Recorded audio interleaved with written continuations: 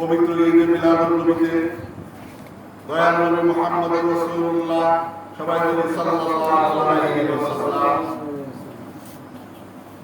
যিনি জগতে আগমন না করলে জগতের কিছু সৃষ্টি করা হতো না, যার মায়া যার চেহারা দেখলে মানুষের গুজবের আগুন হারাম হয়ে যায়, স্বপ্নের ঘুমের ঘুরে রোহানিভাবে দেখলেও যাকে দেখলে ঘুমের ঘরে দেখার পরে শয়তান তার রূপ ধারণ করতে পারে না, সেই রাহমাতাল লিল আলামিন সাইয়্যিদুল মুরসালিন শাফিউল মুহতামিন স্বয়ং আল্লাহ তাকে বারবার বন্ধু বলে, দোস্ত বলে, হাবিব বলে, খলিল বলে ডেকেছে।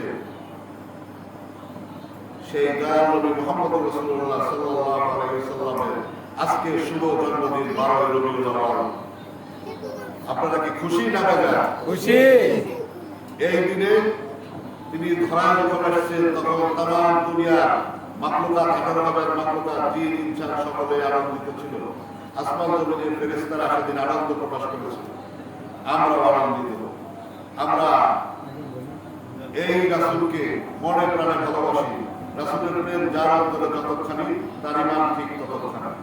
যার অন্তরে রাসূলের প্রেম নাই, ভালোবাসা নাই, রাসূলের পরিবারের ভালোবাসা নাই, তার ঈমান নাই। যার অন্তরে রাসূলের প্রেম ভালোবাসা যত বেশি জন্ম নেবে, সে তত বেশি বোমে বলে কান্দা।